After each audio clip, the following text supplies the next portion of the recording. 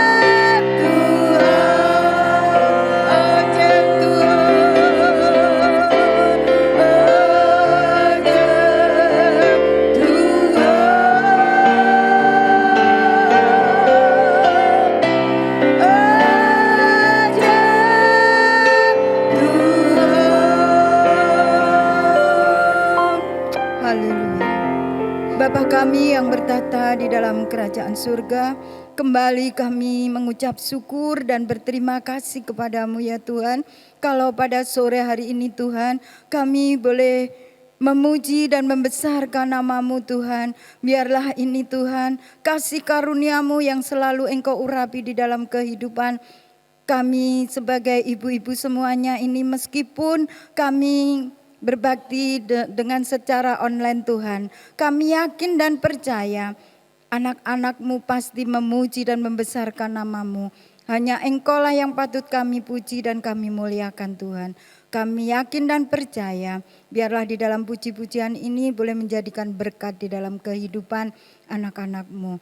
Kami mulai di dalam kebaktian ini hanya di dalam nama Tuhan Yesus Kristus. Haleluya. Amin.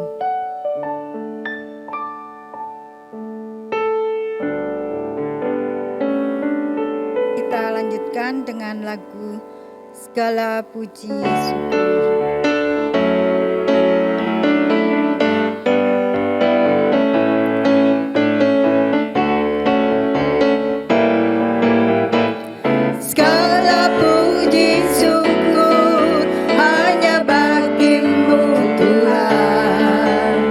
Sebab Kau yang layak dipuja.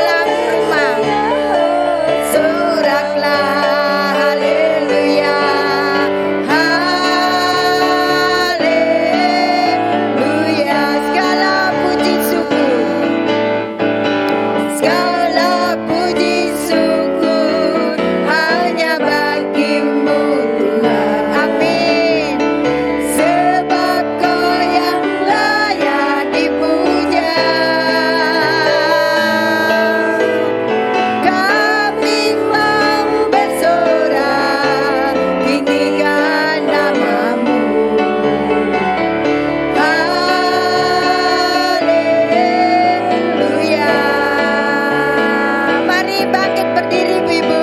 Soraklah, haleluya. Soraklah, haleluya. Haleluya. Soraklah, haleluya. Soraklah, haleluya. Haleluya. Sekali lagi segala puji syukur. Segala puji syukur hanya bagimu Tuhan. Amin. Sebab Kau yang layak dipuja. Kami mau bersorak, tinggikan namamu.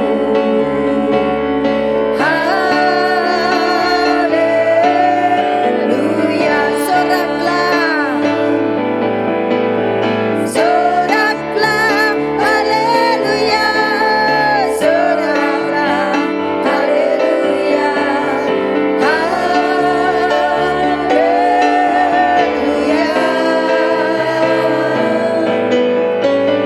Soraklah, haleluya. Soraklah, haleluya. Haleluya. Ya ibu-ibu, meskipun kita mengalami di dalam pandemi COVID-19, tapi kita sebagai anak-anak Tuhan, kita tidak boleh takut. Kita hanya takut kepada Tuhan. Karena Tuhanlah yang selalu menolong di dalam kehidupan kita. Karena itu Allah kita yang begitu baik, Allah kita yang begitu luar biasa. Marilah kita angkat pujian, Allah itu baik.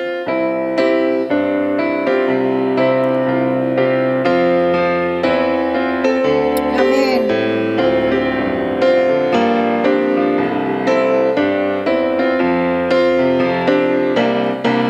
Allah itu baik, sungguh baik bagiku. Ditunjukkannya kasih setianya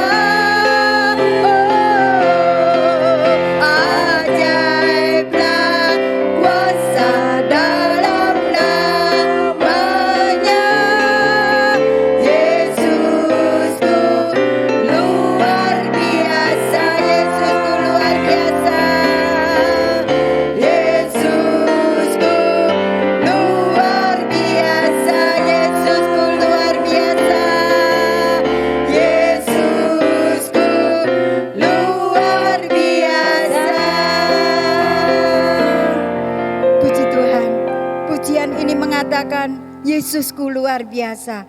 Meskipun kita mengalami di dalam beban yang begitu berat, kita kesulitan di dalam ekonomi yang mana di dalam keadaan pandemi COVID yang ke-17 ini. Tapi Tuhan tidak pernah tinggalkan kami. Meskipun dalam keadaan kepepet, Tuhan pasti tolong di dalam kehidupan kami semuanya. Baiklah, kita sudah memuji dan membesarkan nama Tuhan. Kita akan mendengarkan firman Tuhan. Kita angkat pujian firman-Mu pelita bagi kakiku.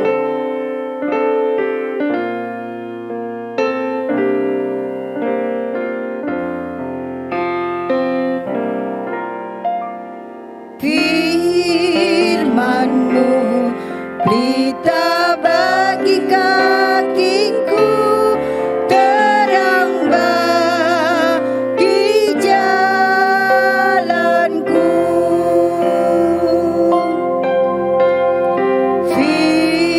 Firman-Mu pelita bagi kakiku, terang bagi jalanku. Waktu ku bimbang dan hilang jalananku, tetaplah Kau di sisiku, dan takkan ku takut asal Kau di dekatku, besertaku selamanya.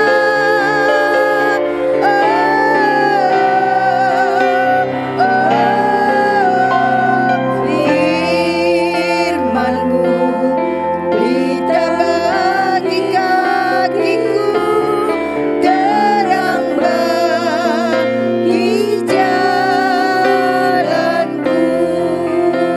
Hanya firman-Lah Tuhan yang dapat menolong di dalam kehidupan kami.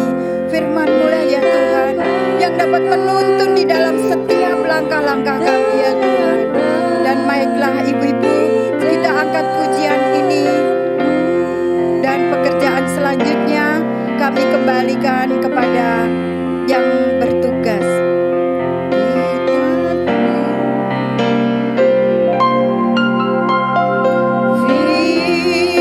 Firman-Mu pelita bagi kakiku, terang bagi jalanku.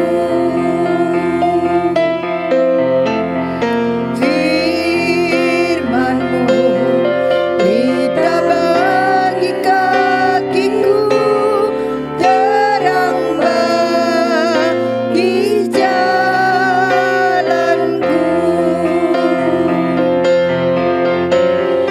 Waktu ku bimbang dan hilang jalanku, tetaplah Kau di sisiku, dan takkan ku takut asal Kau di dekatku, besertaku selamanya.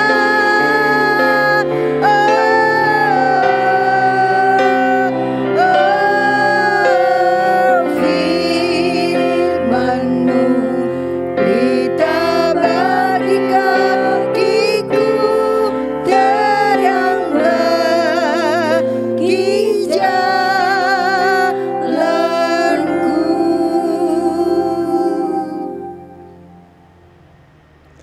Selamat sore ibu-ibu yang ada di rumah semuanya. Walaupun ibadah kita masih online, tetapi tidak mengurangi sukacita kita untuk ditaburi dengan firman Tuhan. Mari sama-sama kita berdoa. Bapa yang bertata di dalam kerajaan sorga, terima kasih Tuhan, Engkau telah sertai kami sampai pada hari ini Tuhan. Kami akan mendengarkan firman-Mu, Engkau yang urapi kami Tuhan, urapi hamba-Mu yang akan membawakan firman-Mu. Kami siapkan tanah hati kami yang terbaik untuk Engkau taburi dengan firman-Mu. Dalam nama Tuhan Yesus kami sudah berdoa. Haleluya. Amin. Oke, puji Tuhan ibu-ibu semuanya yang ada di rumah. Khotbah pada hari ini saya beri judul Memindahkan Gunung. Yang saya ambil dari Matius 17 ayatnya yang ke-20. Saya akan bacakan Matius 17 ayatnya yang ke-20. Ia berkata kepada mereka, "Karena kamu kurang percaya, sebab aku berkata kepadamu, sesungguhnya sekiranya kamu mempunyai iman sebesar biji sesawi saja, kamu dapat berkata kepada gunung ini, pindah dari tempat ini ke sana, maka gunung ini akan pindah, dan takkan ada yang mustahil bagimu." Ya, ini ayat yang tidak asing bagi kita ya. Iman sebesar biji sesawi dapat memindahkan gunung. Nah, pekerjaan memindahkan gunung. Memindahkan gunung ini adalah suatu pekerjaan yang bagi orang Yahudi itu merupakan pekerjaan yang cukup berat. Bahkan pekerjaan memindahkan gunung ini sering diumpamakan seperti kesulitan hidup. Nah, jadi kesulitan hidup itu diumpamakan seperti pekerjaan memindahkan gunung, sesuatu yang berat, sesuatu yang sulit, ya. Nah, kita mau lihat mengapa sih ada ayat ini, iman sebesar biji sesawi dapat memindahkan gunung. Nah, ini berawal dari kisah Tuhan Yesus menyembuhkan seorang anak yang sakit ayan, ya. Kita akan sama-sama baca dalam Matius 17 ayatnya yang ke-14. Saya akan bacakan. Yesus menyembuhkan seorang anak muda yang sakit ayan. Ketika Yesus dan murid-muridnya kembali kepada orang banyak itu, datanglah seorang mendapatkan Yesus dan menyembah. Katanya, "Tuhan, kasihanilah anakku, ia sakit ayan dan sangat menderita. Ia sering jatuh ke dalam api dan juga sering jatuh ke dalam air." Nah, kisah ini berkisah tentang seorang bapak. Seorang bapak ini datang kepada Tuhan Yesus membawa serta anaknya laki-laki. Anak laki-laki ini begitu sakit, ya. Dikatakan di dalam ayat yang ke-15, anak ini sakit ayan, sering menjatuhkan diri ke dalam api, bahkan menjatuhkan diri ke dalam air. Anak ini sakit itu karena setan merasuki tubuh anak ini, sehingga anak ini menjadi sakit begitu rupa. Bahkan nggak cuman menjatuhkan diri ke dalam api dan air, tetapi di ayat yang paralel dengan ini, dengan kisah yang sama, itu dalam Markus 9 di ayatnya yang ke-14 dan seterusnya, dikatakan anak ini sering membanting-bantingkan dirinya ke tanah, menggertakkan giginya. Bahkan nggak cuman itu, anak ini pun menjadi bisu dan tuli, ya, karena begitu sakitnya. Orang tuanya ini hancur hatinya melihat anaknya ini sakit. Nah, kemudian si bapak ini dia datang kepada Tuhan Yesus, dia langsung tersungkur menyembah kepada Tuhan Yesus dan mengatakan, "Tuhan, kasihanilah anakku, ia sedang sakit." Nah, bapak ini sedang menghadapi gunung penyakit, ya. Nah, gunung itu diumpamakan sebagai kesulitan hidup, ya. Setiap orang memiliki kesulitan-kesulitan hidup. Nah, bapak ini dia memiliki kesulitan hidup, yaitu apa? Anaknya yang sedang sakit. Nah, seringkali kesulitan dalam hidup kita bukan berasal dari diri kita. Bisa jadi kesulitan itu berasal dari orang yang kita kasihi. Harus merawat anaknya yang sedang sakit, melihat keluarga kita yang sakit, kita menjadi hancur hati kita karena orang itu kita sayangi, ya. Nah, masalah itu nggak melulu datang dari diri kita, bisa dari luar, ya.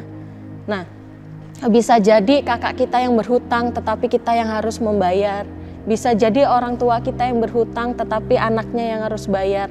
Nah, itu bentuk kesulitan-kesulitan hidup, ya, yang berasal dari luar. Nah, seperti yang dialami oleh bapak ini, anaknya sakit begitu rupa.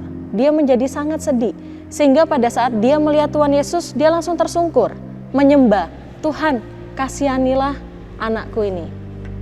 Nah, jadi dia meminta untuk Tuhan Yesus menyembuhkan anaknya ini, ya. Nah, kemudian di ayat yang selanjutnya, di ayatnya yang ke-16, "Aku sudah membawanya kepada murid-muridmu, tetapi mereka tidak dapat menyembuhkannya." Nah, jadi bapak ini sebelum datang kepada Tuhan Yesus, bapak ini datang kepada murid-muridnya Tuhan Yesus, ya. Nah, jadi waktu itu kayak gini ceritanya. Tuhan Yesus beserta ketiga muridnya, Petrus, Yohanes, dan Yakobus, mereka naik ke atas gunung. Nah, di atas gunung itu Tuhan Yesus dipermuliakan. Nah, di kaki gunung ini ada ke-9 murid Yesus dan orang-orang banyak. Nah, pada saat itu Bapak ini datang meminta kepada murid-murid Tuhan Yesus yang ke-9 ini untuk menyembuhkan anaknya ini. Tetapi dikatakan, aku sudah membawanya kepada murid-muridmu, tetapi mereka tidak dapat menyembuhkannya. Nah, jadi di kaki gunung itu murid-murid ini berusaha menyembuhkan anak ini, tetapi gagal, ya. Nah, jadi Bapak ini semakin sudah putus asa, jadi semakin kecewa. Dia berusaha datang untuk anaknya disembuhkan, tetapi murid-murid Tuhan Yesus ternyata tidak bisa. Padahal sebelumnya mereka berhasil untuk mengusir setan, ya. Nah, tetapi di kejadian ini murid-murid tidak dapat menyembuhkan si anak ini, anak yang sakit ini, ya. Nah, jadi seringkali kita ingin menyelesaikan permasalahan kita dengan kekuatan kita sendiri. Seringkali kita tidak menunggu kedatangan Tuhan Yesus untuk membantu kita menyelesaikan persoalan kita. Kita nggak mau nunggu Tuhan, kita maunya nyelesain sendiri dengan kekuatan kita sendiri, ya. Jadi murid-murid pada waktu itu nggak mau nunggu Tuhan Yesus turun, mereka maunya langsung aja, disembuhin aja anak ini. Ternyata mereka gagal, ya. Seringkali dalam kehidupan kita mau menyelesaikan permasalahan kita sendiri dengan kekuatan kita sendiri tanpa penyertaan Tuhan. Akhirnya kita gagal, kita menjadi kecewa. Karena hasilnya tidak seperti yang kita inginkan, ya. Maka ibu-ibu, dari sini kita belajar. Ayo, kalau kita ada kesulitan hidup kita mau undang Tuhan Yesus bersama-sama dengan kita. Untuk apa? Menyelesaikan kesulitan kita. Kita mau minta Tuhan Yesus kekuatan supaya kita mampu untuk menyelesaikan, menghadapi setiap gunung-gunung persoalan yang kita hadapi, ya. Nah, waktu itu murid-murid gagal, ya. Si Bapak ini kecewa. Nah, kemudian di ayat yang selanjutnya, di ayat yang ke-17 dikatakan, maka kata Yesus, hai kamu angkatan yang tidak percaya dan yang sesat, berapa lama lagi aku harus tinggal di antara kamu? Berapa lama lagi aku harus sabar terhadap kamu? Bawalah anak itu kemari. Nah, jadi Tuhan Yesus menegur orang banyak itu. Dan di situ ada ahli-ahli Taurat juga, yang waktu itu sedang mempermalukan murid-murid Tuhan Yesus ini karena gagal untuk menyembuhkan si anak ini. Jadi Tuhan Yesus menegur orang banyak itu. Hai kamu angkatan yang tidak percaya dan yang sesat, ya. Berapa lama lagi aku harus tinggal di antara kamu? Berapa lama lagi aku harus sabar terhadap kamu?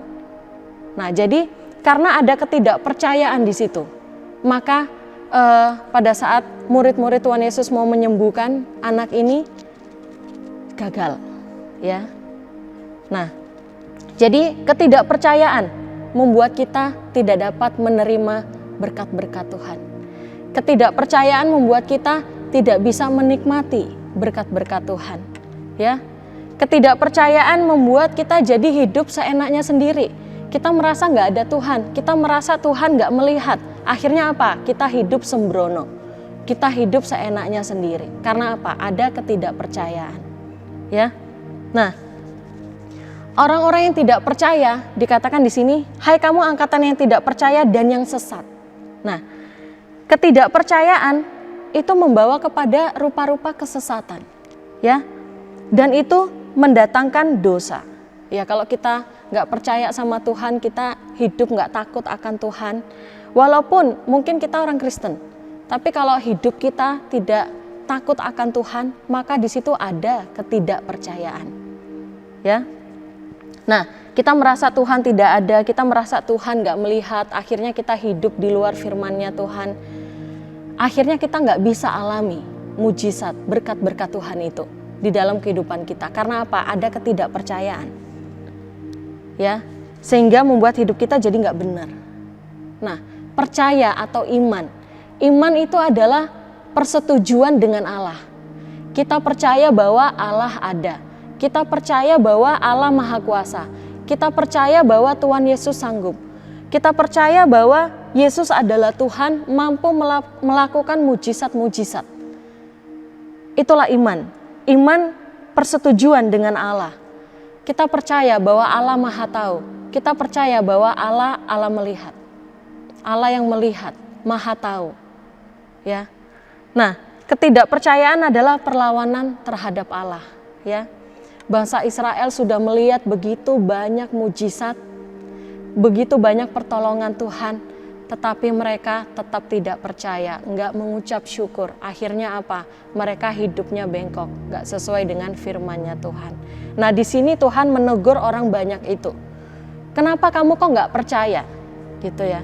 Enggak percaya kepada Tuhan, enggak percaya kalau Tuhan itu mampu untuk menyembuhkan anak ini, untuk mengusir roh jahat ini ya. Nah, tetapi di dalam kemarahannya Tuhan Yesus menegur orang banyak ini, Tuhan Yesus di akhir katakan, bawalah anak itu kemari. Tuhan Yesus tidak buta terhadap penderitaan anak-anaknya. Ya. Kemudian Tuhan Yesus memanggil untuk anak yang sakit itu dibawa kepadanya. Dan seperti yang kita tahu, dalam kemarahannya pun Tuhan tetap melakukan yang baik bagi anak-anaknya, bagi orang yang percaya kepada Dia. Ya. Nah, pada saat anak itu dibawa kepada Tuhan Yesus, di ayatnya yang ke-18, dengan keras Yesus menegur dia, lalu keluarlah setan itu daripadanya, dan anak itu pun sembuh seketika itu juga. Tuhan Yesus menegur setan yang ada di dalam diri anak itu, kemudian setan ini keluar dari anak itu. Ya, teguran Tuhan, hardikan Tuhan, firman-Nya Tuhan memiliki kuasa, sehingga mampu untuk mengusir setan yang ada di dalam diri anak itu keluar dan tidak kembali lagi. Ya, di sini kita dapat melihat firman Tuhan memiliki kuasa. Firman Tuhan memiliki kuasa. Kegagalan murid-murid Tuhan Yesus tidak menghambat Tuhan Yesus untuk melakukan mujizat. Ya. Nah, dari sini kita dapat belajar. Kita sebagai orang tua bagi anak-anak kita mau bawa anak kita datang kepada Tuhan Yesus. Kalau ada anak-anak kita yang nakal, yang susah diatur, anak-anak kita yang hidupnya penuh dengan dosa, terjerumus dalam dosa, terus-menerus melakukan dosa dan gak bertobat, kita mau bawa dia datang kepada Tuhan Yesus. Karena apa? Teguran Tuhan itu dapat mengusir setan dari anak ini. Istilahnya teguran Tuhan, firman-Nya Tuhan dapat mengubahkan anak-anak kita, sehingga mereka kembali ke jalannya Tuhan. Jadi kita jangan hanya membawa anak kita di dalam doa. Membawa di dalam doa itu baik. Tetapi jika doa kita disertai dengan teguran yang sesuai dengan firman Tuhan, maka teguran-teguran firman Tuhan ini akan menghancurkan benteng-benteng pertahanan iblis di dalam diri anak itu. Nah, mari ibu-ibu, kita mau bawa anak kita kepada Tuhan, supaya anak kita kembali ke jalannya Tuhan. Anak kita yang masih tidak setia, anak kita yang hidupnya sembrono, mari kita bawa dalam doa, kita bawa ke dalam Tuhan Yesus, karena teguran firman Tuhan itu menyembuhkan. Amin ibu-ibu semuanya. Nah, kemudian di ayatnya yang selanjutnya, di ayatnya yang ke-19, kemudian murid-murid Yesus datang dan ketika mereka sendirian dengan Tuhan Yesus, bertanyalah mereka, mengapa kami tidak dapat mengusir setan itu? Ia berkata kepada mereka, karena kamu kurang percaya. Sebab aku berkata kepadamu, sesungguhnya sekiranya kamu mempunyai iman sebesar biji sesawi saja, kamu dapat berkata kepada gunung ini pindah dari tempat ini ke sana, maka gunung ini akan pindah dan takkan ada yang mustahil bagimu. Ya. Jadi murid-muridnya Tuhan Yesus tanya, kenapa Tuhan kok kami gagal? Tuhan katakan, karena kamu kurang percaya. Karena imanmu kurang sungguh-sungguh. Ya. Jadi orang yang sudah menjadi hamba Tuhan pun perlu untuk terus membangun hubungan dengan Tuhan. Ya. Perlu terus membangun hubungan doanya dengan Tuhan. Bahkan jika perlu berpuasa. Karena dengan berpuasa apa?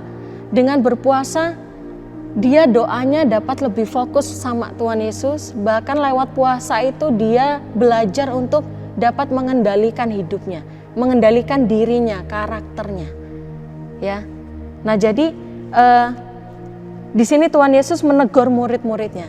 Kamu gagal karena kamu kurang percaya, karena kamu kurang iman, imanmu kurang kuat, imanmu kurang sungguh-sungguh. Ya, Tuhan Yesus bukakan kepada murid-muridnya. Nah, seringkali kita lebih sering membuka kesalahan-kesalahan orang lain daripada kesalahan kita sendiri. Ya. Nah, di sini Tuhan Yesus membukakan kesalahan murid-muridnya. Nah, mari kita dengan rendah hati, kita mau Tuhan bukakan kesalahan-kesalahan kita supaya kita dibentuk lebih lagi, sehingga iman kita makin kuat, iman kita lebih sungguh-sungguh lagi di dalam Tuhan. Karena selama iman tidak mencapai kekuatan dan kesungguhan dan tindakan yang seharusnya ada padanya, maka sesungguhnya dapat dikatakan di situ ada ketidakpercayaan. Ya. Mari kita miliki iman yang sungguh-sungguh kepada Tuhan, disertai dengan tindakan yang menunjukkan memang kita adalah orang yang beriman kepada Tuhan. Ya. Nah, maka dikatakan dengan iman sebesar biji sesawi saja kita dapat melalui gunung itu. Kita dapat memindahkan gunung itu. Permasalahan-permasalahan yang berat itu kita dapat lalui. Karena apa? Kita memiliki iman yang sungguh-sungguh, iman yang kuat, dan iman yang mampu untuk memindahkan gunung itu. Kita bisa melaluinya, kita bisa menyelesaikannya bersama dengan Tuhan, karena Tuhan menyertai kita. Mari, ibu-ibu, kita sama-sama mau membangun hubungan kita dengan Tuhan lebih dekat lagi. Mari kita berdoa, kita mau berpuasa, bahkan kita mau bangun lebih lagi hubungan kita dengan Tuhan. Kita mau membawa dalam doa anak-anak kita. Kita mau membawa dalam doa keluarga kita. Sehingga setiap permasalahan, setiap pergumulan yang dihadapi dapat dilalui. Karena apa? Karena iman kita kepada Tuhan. Kita menjadi dapat menikmati berkat-berkat yang Tuhan berikan kepada kita. Kita dapat melalui setiap permasalahan yang ada, baik yang dari luar maupun yang dari dalam. Nah, mari ibu-ibu sama-sama kita miliki iman yang sungguh-sungguh kepada Tuhan. Dengan iman yang sungguh-sungguh disertai tindakan yang mencerminkan iman kita, maka penyertaan Tuhan itu nyata. Bahkan mujizat itu terjadi di dalam kehidupan kita. Jangan kita berputus asa, mari kita bawa permasalahan kita ke dalam kaki Tuhan. Kita mau menyembah Tuhan. Sehingga apa? Bersama Tuhan kita dapat melalui permasalahan ini. Ya, seperti bapak yang anaknya sakit ini. Akhirnya dia dapat menyelesaikan permasalahannya pada saat dia datang kepada Tuhan Yesus. Tuhan Yesus melakukan mujizatnya. Amin. Ya. Demikian firman Tuhan pada hari ini. Mari kita mau membangun hubungan yang dekat dengan Tuhan. Terus berdoa, bahkan disertai dengan puasa. Dan kita terus kuatkan iman kita. Percaya Tuhan Yesus sanggup. Percaya Tuhan itu ada. Percaya Tuhan Maha Kuasa yang sanggup menolong kita dalam setiap situasi kita, dimanapun kita berada. Mari ibu-ibu sama-sama kita tutup firman ini di dalam doa. Tuhan Yesus, terima kasih Tuhan. Engkau telah begitu baik di dalam kehidupan kami Tuhan. Engkau telah begitu sabar menghadapi Tuhan, menghadapi kami Tuhan. Ketidaksabaran, kesembronoan, ketidakpercayaan kami, ampuni kami Tuhan. Kami mau terus percaya kepadamu. Kami mau terus percaya akan kuasa-Mu. Dan kami mau terus beriman kepadamu ya Tuhan. Yesus Tuhan, Juru Selamat kami, sanggup melakukan segala sesuatu. Terima kasih Bapa, hanya di dalam nama Tuhan Yesus Kristus kami sudah berdoa. Haleluya. Amin. Selamat sore ibu-ibu semuanya, sampai ketemu lagi Selasa depan. Tuhan Yesus memberkati.